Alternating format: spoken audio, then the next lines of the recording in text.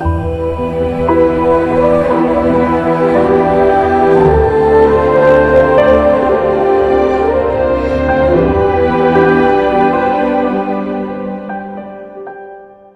you've ever lost someone you deeply love, then you already know there are no words that truly prepare you for that kind of pain. Loss changes you, not just emotionally, but mentally, physically, and spiritually. And the truth is, life never quite feels the same again. One of the biggest misconceptions about grief is that you are supposed to move on. You'll hear it everywhere. Time heals, you'll get through it, you have to stay strong. But the real healing doesn't come from moving on, it comes from learning how to carry love differently.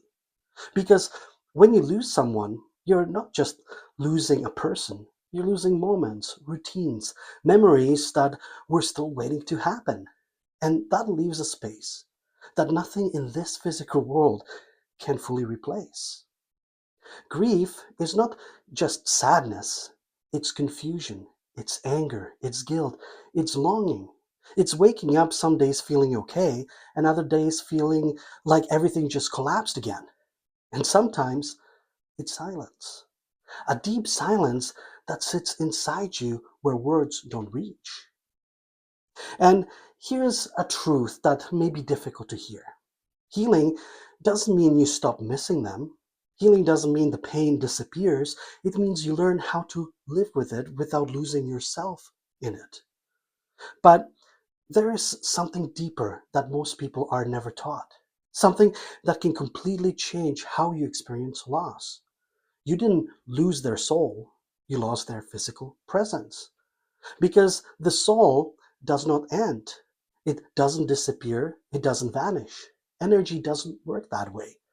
And from my own experience, not only in my life, but through my work as a medium, I can tell you this with certainty. Your loved ones are still connected to you, still aware of you, still present in ways most people don't understand. But here's where it becomes challenging. Grief can sometimes create a barrier, not because you're doing anything wrong, but because the intensity of pain can close you off energetically. It's like your heart is trying to protect itself, while at the same time still longing for connection. And this is something I understand very personally because I've lived it. About 20 years ago now, I lost my dad. And I didn't just experience the loss, I witnessed it. Right in front of me, he passed away. And that moment stays with you. It's not something you forget. It's not something you simply heal from and move past. It becomes part of your story. At the time, I felt everything: shock, confusion, anger, deep sadness, and a kind of emptiness that is very hard to explain unless you felt it yourself. Your mind starts replaying everything: the moment, the conversations, the things you wish you had said or done differently. And sometimes guilt begins to take hold, even when it doesn't belong there. You question yourself, you carry weight that was never yours to carry. But over time, something began to shift for me. Not all at once, but gradually. I started to feel something. Not just memories, but presence. Subtle at first, and moments that didn't quite feel like imagination. A sense that he was still there, still connected. And like many people, I questioned it. I tried to rationalize it. But as those experiences continued, they became more clear, more undeniable. And if you ever felt something like that, a presence, a sign, a moment that didn't quite make sense, you're not alone. What you're feeling is not weakness, it's not imagination, it's connection. Because love does not end when life does, it transforms. In the next part of this episode, we're going to go deeper. I'm going to walk you through how your loved ones communicate with you, the signs many people miss, and how to begin opening yourself to feel that connection again. So stay with me. This conversation has the power to change how you see loss and how you experience love forever.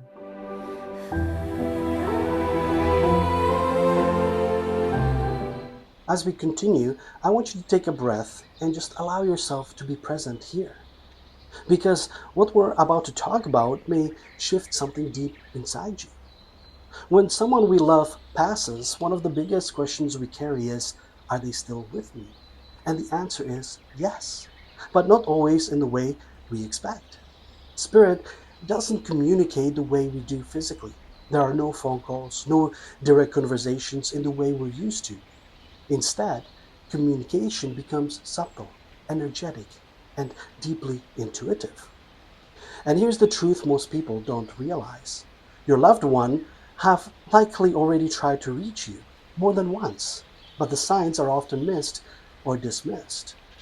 Not because you're doing anything wrong, but because the mind looks for logic and the heart is often overwhelmed with grief.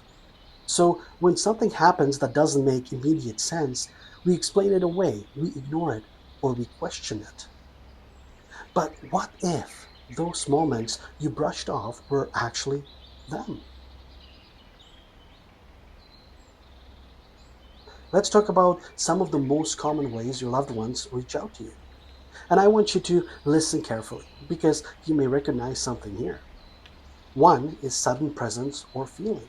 A moment where you suddenly feel them. No clear reason, no visual, just a strong, undeniable sense that they're there. This is one of the most direct forms of connection. Two, dreams that feel real. Not just dreams, but experiences, where you see them clearly, feel them, sometimes even communicate with them. And when you wake up, it doesn't feel like a dream, it feels like you were with them, because in many cases, you were. Three, repeating signs, numbers, songs, objects, things showing up repeatedly in ways that feel too precise to be random. That's not coincidence, that's alignment. Four, music at the right moment. A song that reminds you of them, playing at the exact moment you needed it. Not planned, not searched for, just appearing. That's connection through energy and emotion.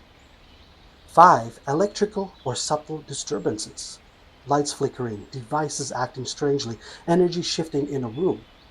These are moments where spirit is interacting with the physical environment. Six is nature signs. Butterflies, birds, feathers appearing in unusual or perfectly timed ways. Nature is one of the easiest ways for spirit to communicate. Now, listen carefully to this. Not every sign is dramatic, and not every sign is obvious, but when it's real, you feel it. And this is where people get stuck. The mind says, that's just coincidence. But the feeling says, that was something. Healing begins when you start trusting the feeling more than the doubt. And this is where my work comes in as a medium. I don't create connection, I tune into what is already there. Because connection never left. Mediumship is not about something mystical or unreachable. It's about sensitivity, awareness, and learning how to interpret energy. We all have the ability, but most people were never taught how to recognize it. And here's something that may be difficult to hear.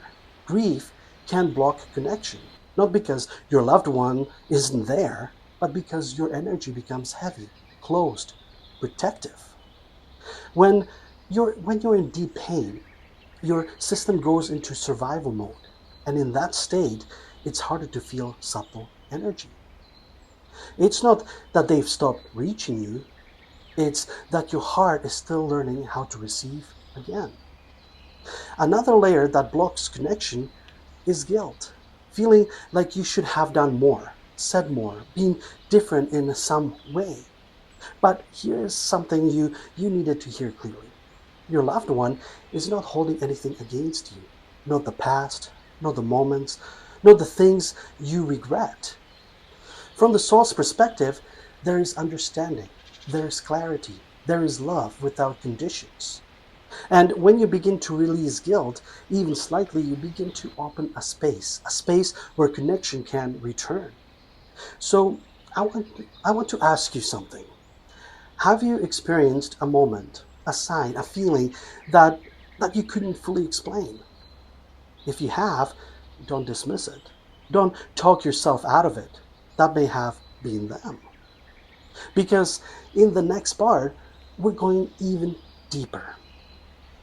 I'm going to guide you through how to gently open yourself to feel their presence again, how to release the emotional weight that may be holding you back, and how to reconnect in a way that feels real, grounded, and safe. You're not alone in this. And you're not disconnected. You're just in the process of learning a new way to feel love.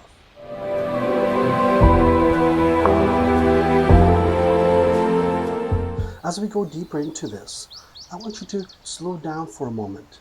There's nothing you need to force here. Just listen and allow whatever you feel to be okay. Grief is not just about missing someone.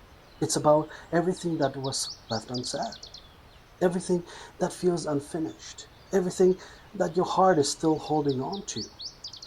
And this is where many people stay stuck. Not because they don't want to heal, but because letting go feels like losing them again. So instead, you hold on to the pain as a way of holding on to them. You replay the memories, you revisit the moments, you carry the sadness because in a way it keeps them close. But here's the truth that changes everything. You don't you don't need pain to stay connected to love. Love was never meant to live inside suffering. Love is meant to flow, to expand, to evolve. Holding on to pain doesn't bring them closer. It keeps you from fully feeling the connection that is still there. So right now, without closing your eyes, without going anywhere, just bring your awareness inward for a moment. No, notice what you're holding, the heaviness, the tension, the emotion. You don't have to push it away, and you don't have to hold on to it either. Just notice it. Now, I want to speak to you about something deeper, something many people carry quietly: guilt.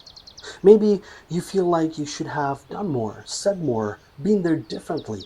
Or maybe things weren't perfect between you. Maybe there were words left unsaid or things you wish you could take back. So listen to me carefully here. Your loved one is not holding on to those things. From the soul's perspective, there is understanding, there is clarity, there is compassion. They see the full picture, not just the moments, not just mistakes. And if they could speak to you right now, they wouldn't ask you to suffer, they would ask you to live. They would want you to breathe again, to smile again, to feel peace again. Not because you're forgetting them, but because you are honoring them. Connection doesn't come from holding on to pain. It comes from allowing love to exist in a new way. So, how do you begin to reconnect? Gently, without force, without expectation. First, you create space, not by removing grief, but by softening it. Second, you bring awareness to your heart, not your thoughts, not your fears, your heart. Third, you allow yourself to feel love without attaching it to loss. Because love is still there. It just isn't tied to the physical anymore. And sometimes when you become quiet enough, you may feel something subtle, a warmth, a presence, a calm that doesn't come from your thoughts. That's not something you're imagining, that's connection. And it doesn't have to be dramatic. It doesn't have to be overwhelming. Real connection is often simple. What begins as grief can slowly transform into something else, a quiet knowing, a gentle connection, a sense that they're still part of your life, just in a different way. You you didn't lose the relationship changed form. And as that begins to settle, something inside you softens. The heaviness lifts, even if it just a little. The resistance fades, and for the first time in a long time, you may feel peace. In the next part, we're going to bring everything together. I'm going to guide you through a powerful closing message that will anchor this healing, and a gentle experience where you can open yourself to feel their presence in a safe and peaceful way. So take your time with this. There's no rush. Healing doesn't happen all at once. It happens moment by moment.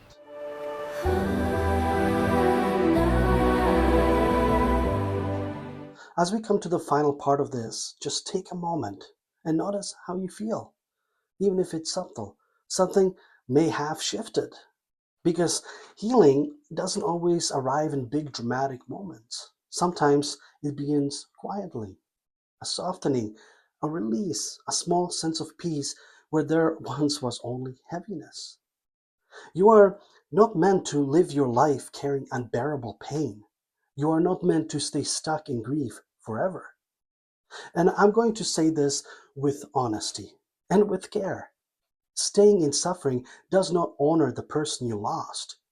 Living, loving, finding peace again, that is what honors them. Because your life didn't end when theirs did, and your story is still continuing. Through my work connecting with spirit, I've seen something again and again. Your loved ones want you to be okay. They want you to heal. They want you to live fully. Not because they are gone, but because they are still connected to you. And this is exactly why the work I do matters. Spiritual healing and mediumship are not about giving false hope. They're about truth, connection, clarity, and healing on a deeper level that goes beyond what the physical world can offer. Sometimes you need more than time, you need guidance, you need support, you need someone who can help you understand what you're feeling and help you reconnect in a way that feels real and grounded. This work is deeply personal, and it's not about dependency, it's about empowerment, helping you move forward without losing the love that still exists. If you feel called to go deeper, to receive guidance, or to experience a connection for yourself, you can work with me directly. All the information is in the description. And if this message resonates with you, subscribe to the channel. This is a space for healing, for truth, for growth, and for a community built on love and understanding. Now, we're going to gently move into a guided experience. This is not about forcing anything, it's simply about creating space to feel. Begin by sitting or lying down comfortably. Allow your body to relax. Let your shoulders soften and let your breath slow down naturally.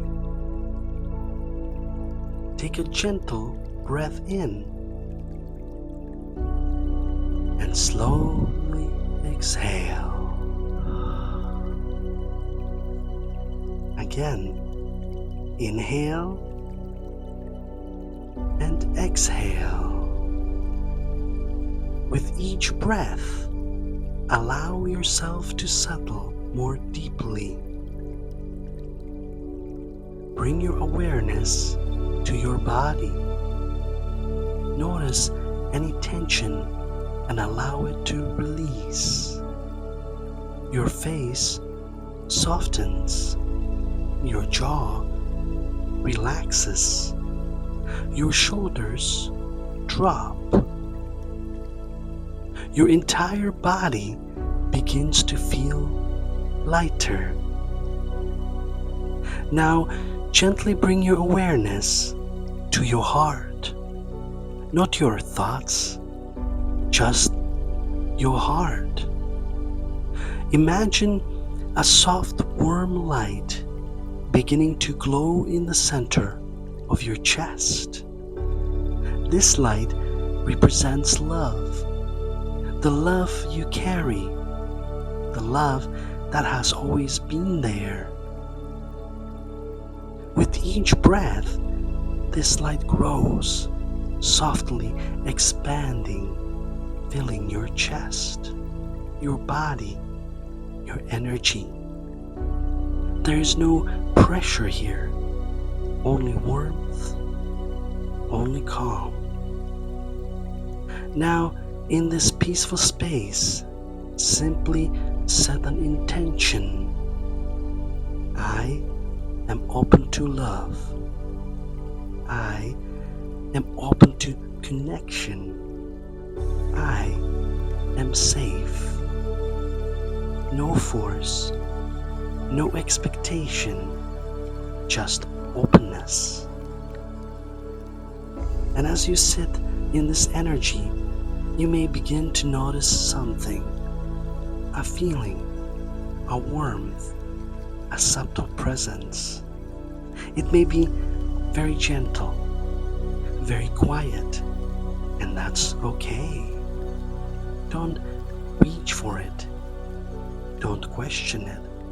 Just allow it. Because connection often comes in stillness. If someone you love is close, you may feel a sense of peace, a calm, a knowing that you are not alone. And if you don't feel anything clearly, that's okay too. This space is still healing you. Now gently allow this thought.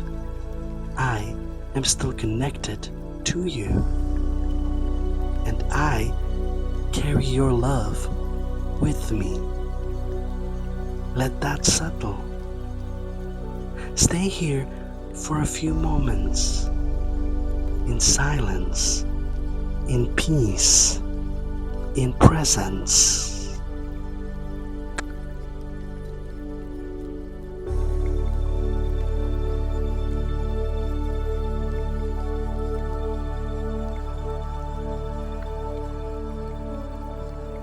Now slowly begin to bring your awareness back to your body, back to your breath.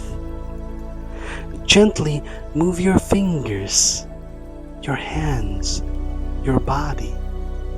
And when you're ready, open your eyes. You are not alone. You have never been alone, and you will never be alone. Because love never leaves. Thank you for being here. This is Healing with Martin.